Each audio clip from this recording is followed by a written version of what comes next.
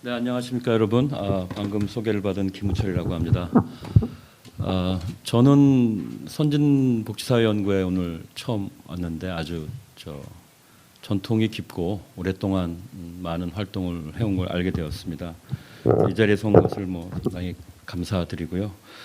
많이 기다리셨기 때문에 곧장 주제 발표로 넘어가도록 하겠습니다. 보시는 것처럼 재정 건전성에 대한 문제를 이야기하려고 합니다. 이미 거의 10년 넘게 우리나라 건전성이 계속 조금씩 악화되고 있다는 얘기는 들으셨고, 또 최근 2, 3년 동안 재정이 또 급격히 안 좋아지고 있다, 이런 내용들은 이미 신문 방송을 통해서 익히 알려져 있습니다. 그래서 제가 새삼스럽게 이 얘기를 또 올려야 되는지 그런 이제 고민이 있지만, 아시겠지만 이제 내년에 새로운 정부가 출범을 할 것이고요. 지난 5년간의 재정 정책이 찬반이 분명히 있습니다. 학자들 가운데에서도 대체로 재정의 역할, 적극적인 역할은 계속될 수밖에 없는 것 아니냐, 이런 현실론이 분명히 있고요. 대체로 여기에 대해서 공감하고 있습니다. 저도 그렇고요. 반면 재정이 적극적인 역할을 계속 더 하려면 재정의 기반이 튼튼해야 되지 않느냐. 건전성을 중시하는 분들이죠. 이분들도 다수파를 점유하고 있습니다. 어떻게 본다면 상충적인 지금 명제가 우리 앞에 놓여 있는 거죠. 재정은 계속 역할을 해야 하는데 적극적으로 그러려면 재정의 기반을 강화해야 한다. 그럼 답이 뭐겠습니까, 여러분? 오늘 이제 그런 문제들을 한번 생각을 해보겠습니다. 그래서 국간 얘기를 많이 하시는데 재정이요. 국간이 이제 커져야 된다는 얘기가 이제 재정의 적극적 역할인 겁니다. 근데 커지기는 했는데 국간이 텅 비어 있으면 역할을 못 하겠죠. 그러니까 그럼 국간을 항상 든든하게 해야 된다. 이게 이제 건전성 강조하는 분들이죠. 그러면 커진 국간을 더 이제 채워야 되는 이 어려운 과제가 있는데, 정치 지도자나 정책을 담당하고 있는 우리 부처나 또 이 모두를 결정하고 또 국간을 사실상 채워야 하는 당사자인 국민들이 과연 우리가 충분히 더 큰 국간을 채울 준비가 되어 있느냐, 지금.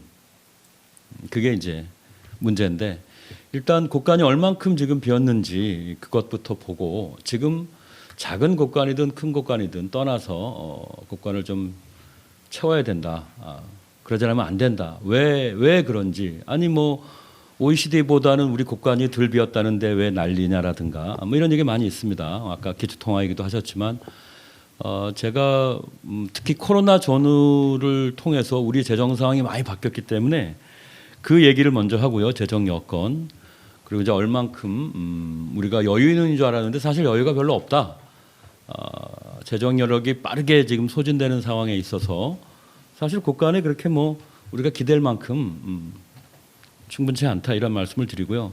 다른 나라 국간하고 우리나라 국간도 한번 비교를 해봅니다. 그래서 안심할 수 없다는 얘기를 가능한 한 좀 자료를 갖고 좀 말씀을 드리고요. 마지막으로 이렇게 빈 국간을 계속 유지하게 되면 어떠한 재정 위험이 앞에 있고 또 채우기 위해서 최소한 어떤 정도 노력이 필요한 건지를 한번 간단히 말씀드리겠습니다. 지금 국회에는 내년도 예산안이 와 있고요. 보시면 알겠지만 올해 정부가 쓸 돈 대강 한 604조인데요. 그대로 내년에도 쓰는 걸로 돼 있습니다. 이제 떠나는 정부가 들어오는 정부 보고 이 정도는 써라라고 이제 정해주고 나가는 셈인데요. 적자가 조금 줄었습니다. 올해는 6%, GDP 6%인데 여러분, 우리가 보통 적자를 좀 냈다 그러면은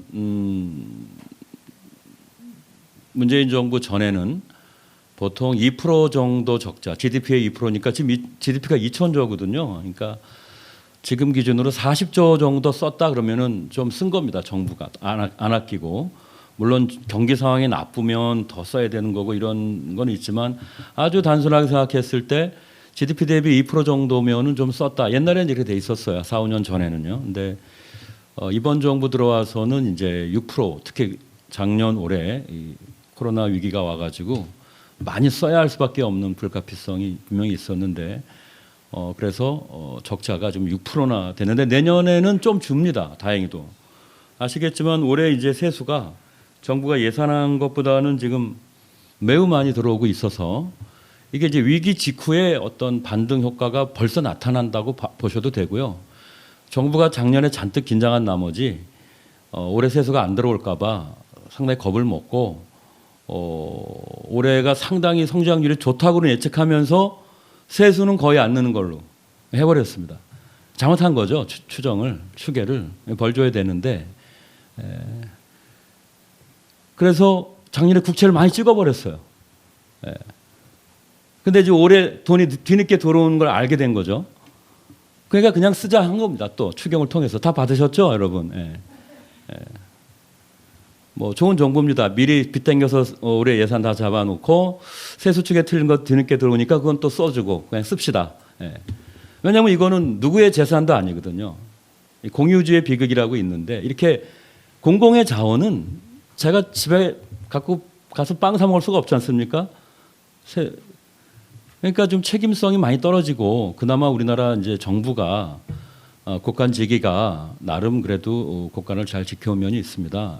그런데 최근에 그런 재정 모럴이라고 할까요? 국간을 지켜야 한다는 도덕적 정신이 사실 많이 해이해진 겁니다. 지금 뭐 부총리 계시지만 최장수라고 그러잖아요. 그러면 뭔가 엄청 잘해야 최장수인데 정말 잘하신 건가? 본인이 끝나고 이제 집에 가시면 생각할 거 아니에요, 그죠? 그러면 아마 답은 아실 겁니다. 이렇게 칭찬만 받기는 어려우실 거다. 국간을 잘 지켰느냐에 대해서 물론 이제 정치적인 그런 편향과 많이 싸워서 반대 의견을 표명했지만 지키는 데는 실패한 거죠. 자, 그래서 세수가 올해 예상하지 못한 세수가 들어오면서 그게 내년 적자를 올해보다는 내려줍니다. 그러니까 지출을 좀 잘 줄여서 내년 적자를 떨어뜨리는 게 아니고 이렇게 안 들어올 줄 알았는데 돌아와 버린 거예요. 그리고 내년도 또 들어오겠지 더 잘 이렇게 좀 추정을 해서 다소 낙관적인 세입 전망으로 내년도 적자는 다행히도 4% 중반으로 떨어지는데 이것도 많은 적자인 거죠. 네. 여하튼 2019년부터 지금 22년까지 4년째 확대 재정이 계속되고 있습니다. 확대 재정이 물론 이제 경기를 진작시키고 어려운 분들을 돕고 이런 데 들어가는 게 꽤 있기 때문에 분명히 경제에는 도움이 될 겁니다. 그러나 과연 이렇게 4년째 적자를 계속하는 흐름이 과연 괜찮을까? 그리고 내년에 조금 적자가 주는 걸로 왔지만 이게 우리가 지출을 좀 줄여서라기보다는 다행히 이제 세입이 조금 살아나는 그런 덕분에 됐다 이렇게 말씀드리고요. 지금 보시는 거는 앞으로 4년 후까지 작년 올해를 포함해서 2025년까지죠. 그러니까 새 정부가 2023년에 들어올 거 아닙니까? 23, 4, 5년. 그러니까 이거는 뭐 크게 의미가 없는 중기 재정 계획이에요. 이거는 내년 예산까지는 이제 이 정부가 아까 말씀드린 방향으로 정했고 그 다음 3년은 이제 새 정부의 3년인데 그거는 이제 완전히 또 누가 지금 국가 리더가 되던 재정 정책 방향은 또 상당한 변화가 올 거로는 보기 때문에 과연 저 숫자를 갖고 논의하는 게 이제 무슨 의미가 있을까 하지만 하나의 기준점은 줍니다. 첫째, 세수가 이렇게 팡 올해 하고 내년에 두 번 뛰어서 그 수준을 유지하면서 이렇게 성장률 이상으로 증가한다는 이제 낙관적인 전망. 다행이죠. 그렇게 되길 희망합니다. 저는. 그렇게 안 되면 저희들은 큰일 나는 겁니다. 우리 국민들은. 네. 두 번째는 올해 내년까지 확대 재정하지만 23년부터는 지출 증가율을 많이 떨어뜨린다. 이제 600조 중에서 300조는 법으로 무조건 써야 되는 돈이고요. 나머지 300조는 정부가 이렇게 주물주물해서 잘 배정할 수 있는 돈입니다. 사실은 300조 중에도 공무원 월급도 있고 뭐 경직성 경비가 많아서 사실은 정부가 진짜 줄일 수 있는 돈은 100조 남짓일 겁니다. 사실은. 근데 여하튼 그러한 재량 지출을 경상성장률 정도로 낮추는 선에서 상당히 이제 알뜰하게 한다. 그러니까 이제 세수는 좀 이렇게 들어와 주고 호조를 띄고 우리 여태까지는 내년까지는 팍 쓰고 후년부터는 좀 절약한다. 지출 증가를 떨어뜨린다. 이런 전자에서 왔는데도 지금 숫자가 좋지가 않습니다.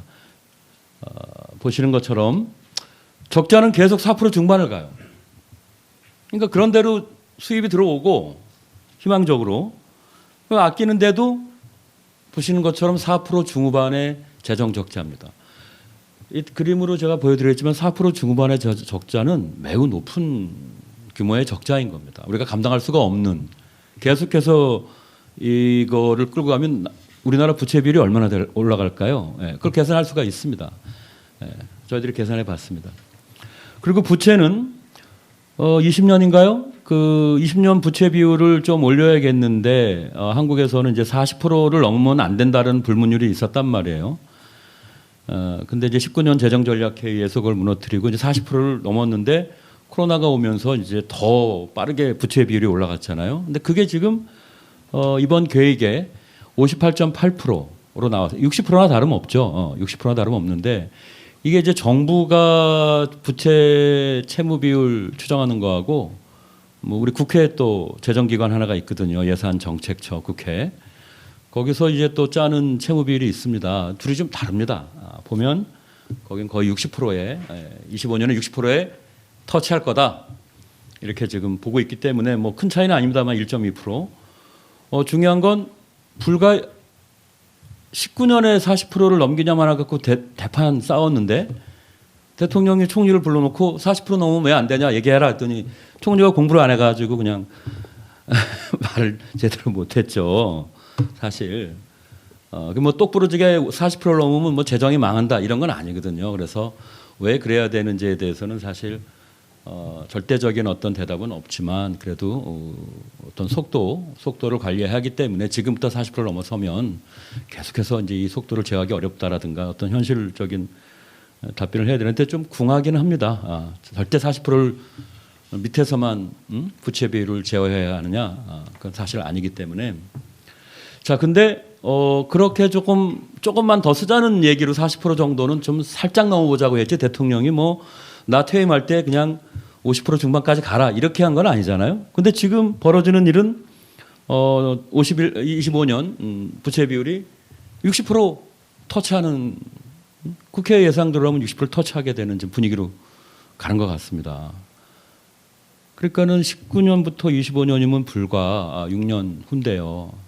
6년 후에 부채 비율이 20%포인트가 증가하는 것은 적어도 대한민국 이 남한에서 아무도 예상한 적이 없어요. 19년 당시 재정전략회의에 40% 논쟁을 할 때 25년 후에 25년쯤에 우리가 부채 비율이 60%가 될 거라고 예언하는 사람은 없었다는 거죠. 단 한 명도 없었을 겁니다. 아무리 재정을 튼튼하게 해야 한다는 재정 건전성 강화론자도 25년에 60%의 부채 비율을 얘기하는 사람은 한 명도 없어요. 그리고 60%의 부채 비율은 상당한 의미가 있습니다. 60% 선을 넘으면 이제부터는 국제공인 레드라인으로 들어가는 거예요. 경계 지역으로 들어가는 거예요. 일종의 이제 경계 지역. 옐로우 라인이 더 맞는 말일까요? 60%를 넘으면 이제 노란색이 사실 노란색이 빨간색 정도로 바뀌고 있다 이렇게 보시면 되는데요. 재정 위기가 닥치는 부채 비율은 아니지만 한국처럼 빠르게 60%를 터치하고 올라가면은 레드 사인이 나올 수도 있습니다. 레드 사인이라는 건 신용 등급 이렇게 하락을 의미하는 건데요. 우리가 지금 상당히 높습니다. 일본보다도 신용 등급이 높아요. 우리 국민이 열심히 지난 10몇 년간 외환위기 이후에 떨어진 거를 몇 번에 걸쳐서 올린 등급인데 그게 한 번 떨어지는 게 어렵지 떨어지기 시작하면 또 잘 떨어집니다. 그 제대로 못 막으면. 그렇기 때문에 60%는 신용 등급에도 부정적 영향을 줄 수 있는 것이다. 이 속도가 또한 그렇고 60%라는 경계 자체가 지금 보시는 그림은 아까 제가 말한 것처럼 내년부터 4년간 4.4, 4.7, 4.7, 4.6 마이너스요. GDP 대비니까 2000조니까 뭐 거의 100조 가까이 적자가 난다 이런 뜻인데요. GDP도 올라갈 것이기 때문에 뭐 거의 100조 이상 적자가 나는 겁니다. 무조건. 근데 앞에 보시면 알겠지만 박정희 대통령 때 오일 쇼크 기억나시는지 모르겠습니다, 여러분. 뭐 그때 막 난리 나시는 줄 알았을 거예요, 그죠? 그때 말고는 우리나라가 이렇게 4% 중후반의 적자를 경험한 적이 없어요. IMF 때 딱 한 번 있었죠. 근데 IMF 때는 2년만 4%대 3%대 적자하고 곧장 나아졌어요.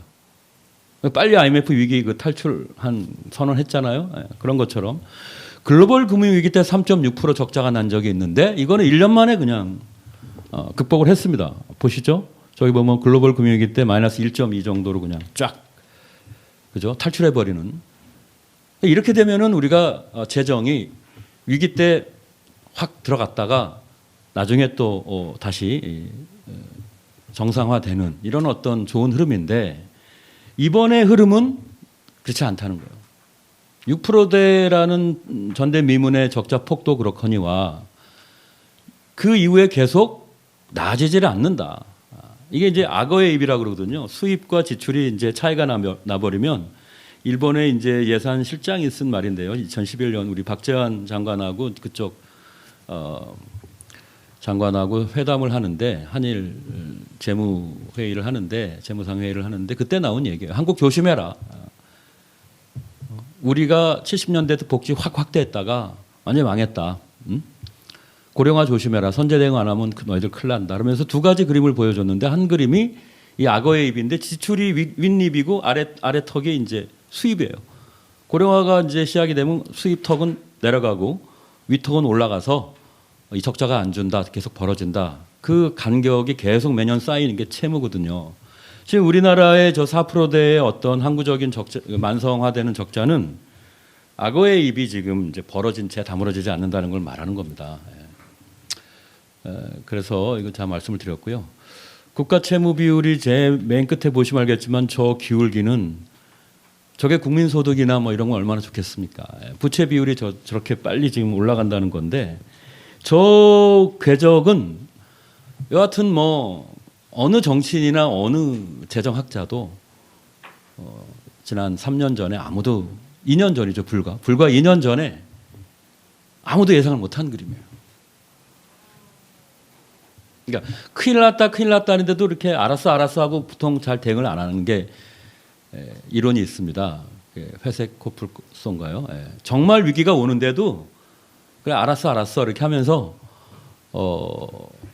이상하게 대응을 안 하는 어떤 모순적인 행동, 인간의 어떤 사회의 어떤 부조화, 무대응 이런 문제를 이제 얘기를 하는데 지금 우리가 그걸 보고 있는 겁니다.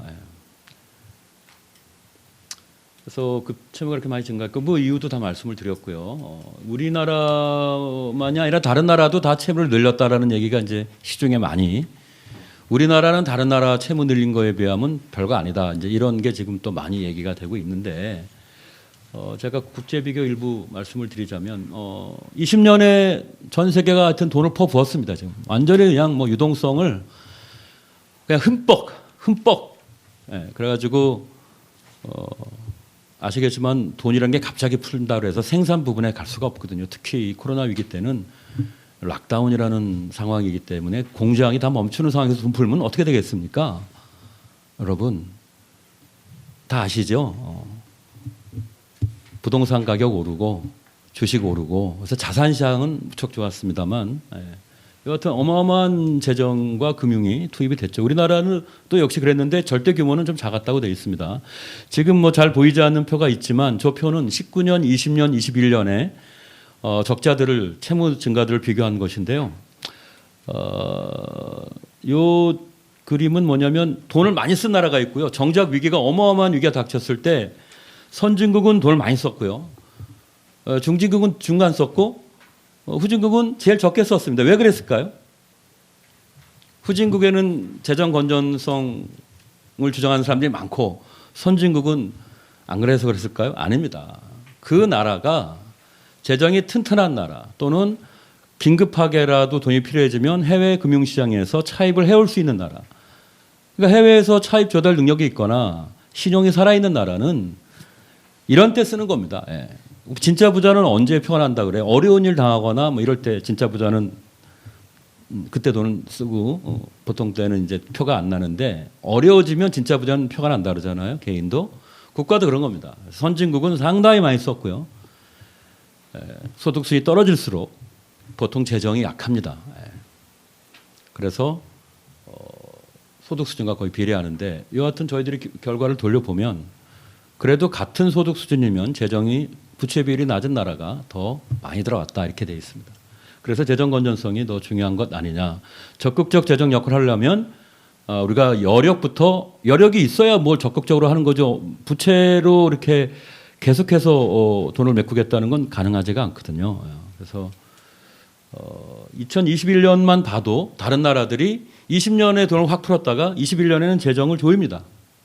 긴축으로 돌아선 나라들이 저 그림에 보면 빨간색인데 AE가 이제 맨 앞에 있는 기둥이 어드밴스드 이코노미라고 해서 선진국이에요. 선진국들을 보면 19년에는 뭐 다 돈을 풀다가 19년에는 19년에 보시면은 이제 파란색이 지금 그 돈을 좀 푸는 나라고요. 빨간색이 돈을 죄는 건데 뭐 보통 때는 약간만 풀다가 20년 되면 다 파란색입니다. 35개국 중에서 34개국이 다 재정 완화를 재정 확대를 한 걸 알 수 있고 21년이 되면은 반수 이상인 21개국이 재정을 조이고 4개국은 이제 그냥 균형을 맞추고 종전과 동일하고 나머지 국가가 이제 줄이는 걸로 나온 그런 걸 알 수가 있습니다. 자, 요 21년에 우리가 다른 나라들에 비해서는 재정을 얼마나 쓰고 있느냐를 제가 표시한 건데요. 이거 좀 표긴 한데 성장률은 21년에 다 좋아집니다. 그런데 재정 수지가 다른 나라들은 다 개선을 해요. GDP의 3% 초반대로 다 많이 썼던 거를 조금 회복을 시킵니다. 근데 한국은 작년 적자는 올해 적자는 아까 제가 그랬죠. 6%, 6.2%, 6.1% 똑같아요. 그러니까 재정 적자를 줄이지 않는 용감한 나라입니다. 지금 한국은. 근데 우리나라가 작년에 코로나 상황이 그렇게 안 좋았습니까? 다른 나라 다 좋아지는데 우리나라만 지금 안 좋아서 헤매고 있습니까? 아니죠. 작년에 우리나라는 성장률이 마이너스 1%밖에 죽질 않았어요. 물론 자영업자분들이나 어떤 그 특수직 또는 비정규직 고용 그 근로자들은 상당한 타격을 받아서 그분들은 보호를 당연히 해줘야 하지만 거시경제 전체를 우리가 양적으로 보면 한국은 거의 그냥 약한 바람 스치고 지나간 거예요. 엄밀하게 얘기하면요. 그리고 올해도 뭐 만만한 상당한 회복세를 보이고 있는데 작년에 절대적 피해 규모가 작았고 올해 다른 나라처럼 빠르게 살아나고 있는 걸 비하면 한국이 계속해서 확대 재정을 고집하는 건 대단히 예외적이다 이렇게 말씀드릴 수 있고요. 사실은 이제 막 자료가 나와서 제가 보고만 왔는데 내년도 예산을 지금 또 다른 나라도 짜지 않습니까? 다른 나라들 보면요. 주요국들 지금 알려진 나라 프랑스, 일본, 미국을 제 숫자를 봤는데 총 지출 비율을요. 총 지출을 우리가 600조잖아요. 604조를 그냥 604조로 이번에 거의 그대로 가고 있습니다. 총 지출 감소율이 제로죠. 다른 나라들 16%, 17%, 18% 이렇게 줄이고 있어요. 프랑스, 일본, 독일인데요. 독일이 제일 많이 줄였어요. 18%, 22년 예산을 21년에 비해서. 우리가 지금 해야 할 일은 우리가 보고 있는 숫자는 총 지출이 600조를 계속 헤매고 있는 게 아니고 그게 좀 떨어져 줘야 되는 거거든요. 그런데 우리는 계속해서 그냥 고죠, 고. 예, 고. 왜 그런지 여러분 어떻게 생각하십니까? 이번 예산안에 부총리가 뭐라고 쓰셨죠? 뭐 빨리 회복해야 하고 여전히 어려우신 분들이 있으니까 재정이 지금 더 넣어서 이후의 성장을 더 빨리 올려야 된다. 뭐 아주 기계적인 대답이신데 그러면 다른 나라들은 그 간단한 사실을 몰라서 지금 연속 2년 이런 지출을 조정하고 있을까요? 특히 22년의 지출은 드라마틱합니다. 한국은 계속 높은 수준의 그러니까 지출 감축을 안 하는 나라고요. 주요 선진국. 뭐 독일은 상당히 신중한 나라니까 그죠? 그 나라는 채무 준칙도 상당히 잘 지키는 나라고 충분히 지출 비율 감소율이 제일 높은 건 이해가 되죠. 그러나 일본, 뭐 프랑스도 다 그렇게 하고 있고요. 자, 그래서 우리가 상당히 확대 재정 기조를 너무 고집스럽게 지금 유지하고 있다. 이건 좀 쉽게 납득하기는 어렵다. 이렇게 말씀드릴 수 있고요. 자, 그래서 지금 채무 비율이 아까 제가 그랬잖아요. 우리가 2025년이면 60%, 놀라지 마십시오. 30년이 되면, 그러니까 다음 정부 말고 다다음 정부. 그죠? 이번에 떨어지는 예를 들어서 뭐 원유령 우리 후보가 만약에 대통령이 나와서 됐다. 그럼 원유령 정도의 후보가 만약에 대통령 될 수도 있다고 하는 다다음 정부쯤에는 우리가 80%의 부채 비율이 갈 수도 있는 겁니다. 예를 들어가죠. 아마 그 숫자가 어딘가에서 곧 정식으로 공식화될 겁니다. 80% 부채 비율. 근데 우리나라 부채 비율은요, 공공기관 채무를 뺀 거예요.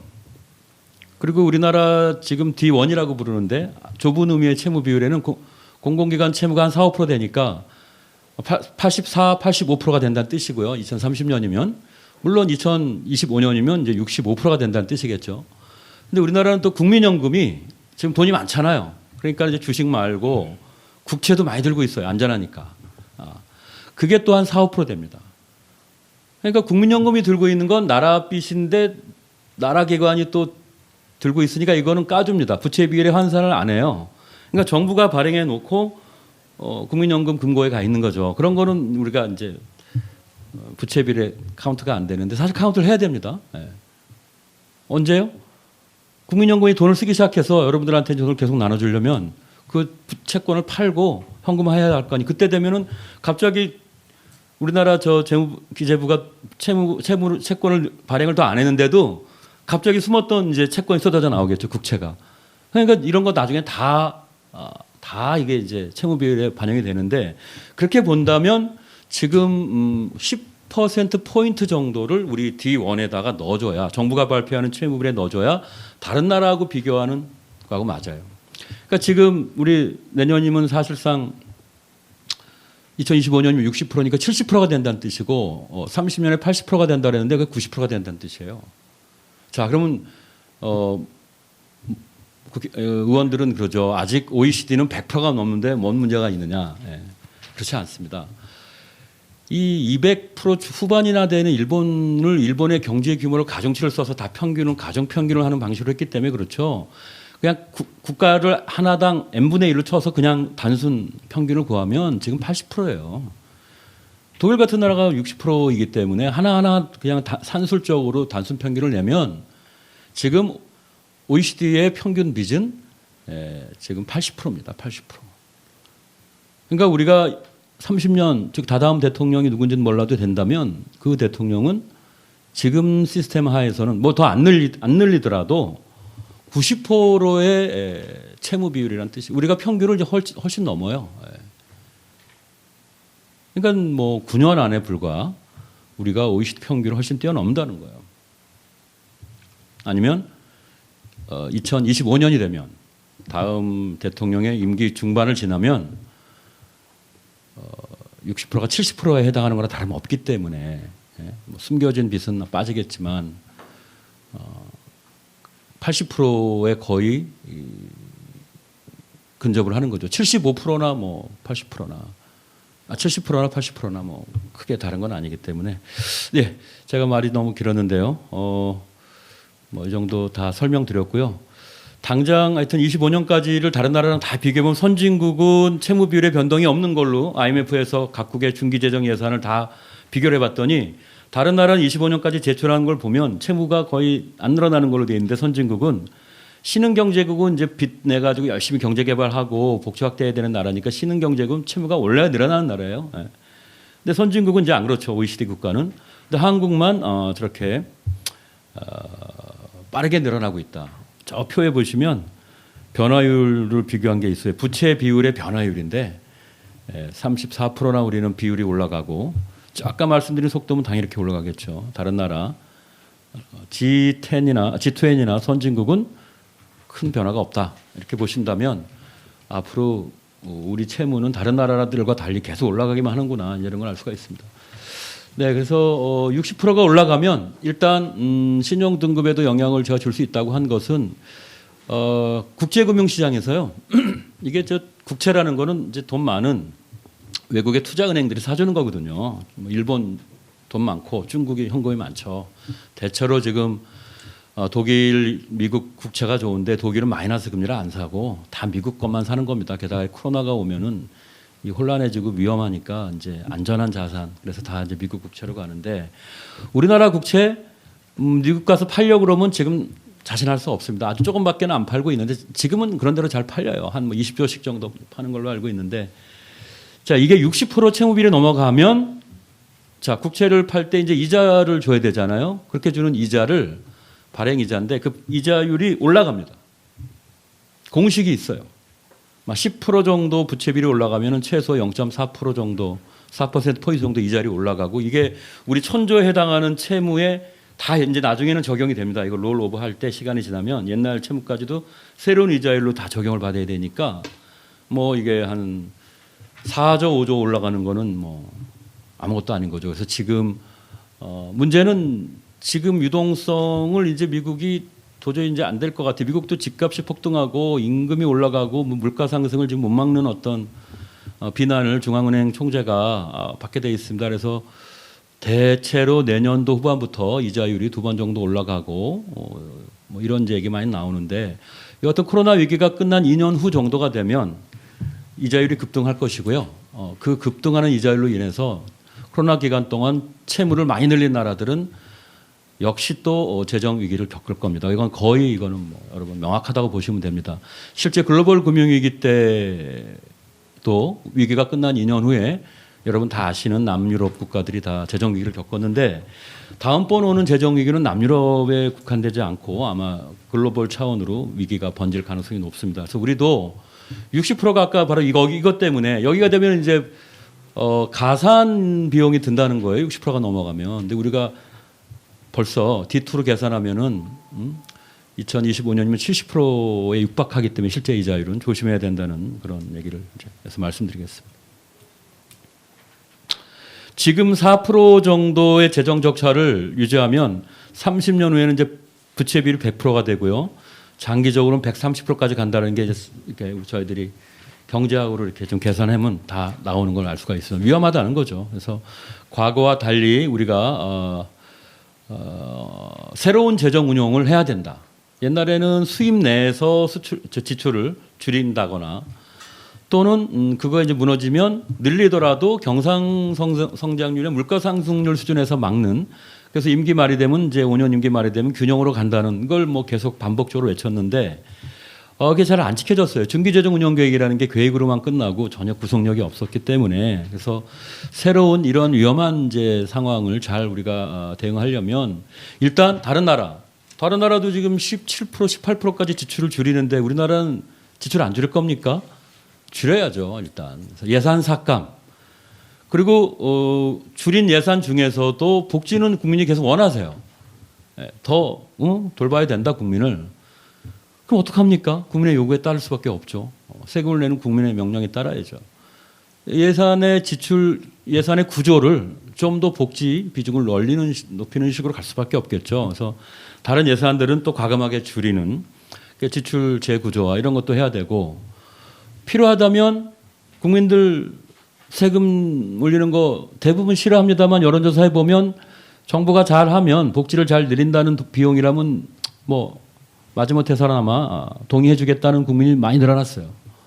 그렇다면 이제 과감한 지도자라면 국간 채우는 목적으로 걷겠습니다. 그리고 정부 신뢰를 높여서 투명하게 잘해서 쓸데없는 돈 안 나가고 어떤 과감한 재정 개혁을 통해서 국민 신뢰를 얻고 결국 증세로 가는 이게 아마 제가 볼 때는 바른 순서인데 국민한테 세금 걷겠다는 간큰 후보가 과연 우리 주위에 있는지 모르겠습니다. 일부 후보는 지금 증세 얘기를 하지만 자 그래서 그리고 적자를 줄이고 지출을 많이 안 늘리고 채무도 이렇게 5년 동안 증가폭을 제한하는 약속을 이제 다 하는데 그 약속을 법제화해서 법을 어기면 이게 혼날 수밖에 없어요. 감옥에 쳐넣을 수는 없거든요. 이걸 형사처벌할 수는 없어요. 재정 준칙을 법으로 정할 수 있는데 그건 이제 꼭 지켜야 한다는 사회적 합의를 하여튼 강력하게 그 의무를 부여하는 것이지 너 이거 안 지키면 너 다음 대통령에 의해서 검찰 수사받아가지고 감옥을 보내겠다 이런 국가는 없습니다. 그렇게 해서도 안 되고 그러나 국민 앞에서는 약속이기 때문에 이 약속을 못 지키게 되면 상당한 정치적 타격을 입는 것이고 정치력을 잃기 때문에 저는 뭐 상당한 또 이게 의미가 있다 이렇게 보기 때문에 준칙을 우리도 도입해야 된다. 대부분의 유럽 국가는 다 도입을 했어요. 그리고 미국은 미국 나름의 재정 준칙이 있습니다. 미국은 부채를 한도로 올리려면 국회에서 매번 승인을 해줘야 돼요. 더 까다로워요 사실은. 근데 준칙이라고 부르지 않는 건 자주 바꿀 수 있기 때문에 정해진 한도가 따로 없고 의회가 어쨌든 올려주면 올려줄 수 있기 때문에 탄력적으로 운영하기 때문에 준칙이라고까지는 부르지는 않지만 대부분 선진국은 그렇게 하고 있습니다. 근데 아시아국들은 안 하고 있어요. 이게 아시아국들의 특징입니다. 그래서 우리도 이제 선제적으로 해야 된다. 그래서 이제 정부가 갖고 왔는데 조금 손볼 데가 있습니다. 관리재정 수지를 3%로 안 묶으면 부채 비율 통제할 수가 없거든요. 그래서 저는 통합재정 수지가 아닌 관리재정 수지를 3% 하는 것이고요. 시행령은 정부가 국무회의에서 대통령하고 잘 얘기하면 언제든지 바꿀 수 있습니다. 그래서 그거는 아무 의미가 없고 법제화해야 된다. 그리고 채무 비율을 뭐 지금 60% 얘기하시는데 이 60% 채무 비율은 곧 깨집니다. 이거는 뭐 누가 와도 깨지게 돼 있습니다. 왜냐하면 그 고령화 때문에 계속해서 빚이 늘어나는 상황인데 다만 그 속도를 우리가 줄이자는 거거든요. 그래서 단순한 채무 상한제가 아니고 채무 증가 상한제. 무슨 얘기냐면 매 5년마다 대통령은 자기 그 채무 상한을 지켜야 하는 이제 의무를 부여받는다. 그래서 우리가 5년 동안의 채무 상한을 대략 한 7, 8% 정도 10%는 너무 많은 것 같고요. 그죠? 7, 8, 5%는 아마 지키지 못할 겁니다. 지금 적자폭을 줄여도 2% 중반밖에 못 줄이기 때문에 2% 중반이면 매년도 채무비율이 1.5%포인트 올라가서 5년이면 7.5%가 되는 거라 저희들은 채무 증가 상한제가 맞다 이렇게 말씀드릴 수 있고요. 마지막 이제 슬라이드인데요. 도대체 얼마 정도 그러면은 우리가 줄여야 되느냐? 아까 말씀드린 4.5% 적자를 2에서 2.5% 적자로 줄여야 된다. 돈으로 환산하면 40조에서 50조 지금 GDP 기준으로 환산하면 4, 50조의 적자를 줄이려면 예산을 50조를 줄여야 되는 거예요. 지금 600조니까 50조 줄이면 12% 줄이는 거죠. 야, 어떻게 우리나라만 12% 줄이느냐. 아까 말씀드렸죠. 올해 22년 예산, 지금 독일 정부가 국회에 낸 예산, 일본 정부, 프랑스 정부가 낸 걸 보면 15에서 18%를 줄였어요. Why not? 왜 한국은 12%를 못 줄이느냐. 이렇게 이제 생각을 해야 옳습니다. 그것이 필요하고 그걸 만약 예산 삭감을 국민이 동의하지 않고 지금처럼 계속 군부는 지피되 세금은 내주겠다 그러시면 50조 중에 절반은 세금으로 하고 2, 30조 나머지를 예산 삭감으로 하는 뭐 이런 방법이 있겠습니다만 그렇더라도 채무는 3, 40조씩 증가하게 되어 있습니다. 1.5%포인트씩. 근데 이 정도가 우리 현재 한국 상황에 맞는 재정 운영 방향이 아닐까 이렇게 생각합니다. 예, 다음 슬라이드는 참조하시고요. 오늘 제 설명 여기서 마치도록 하겠습니다. 감사합니다.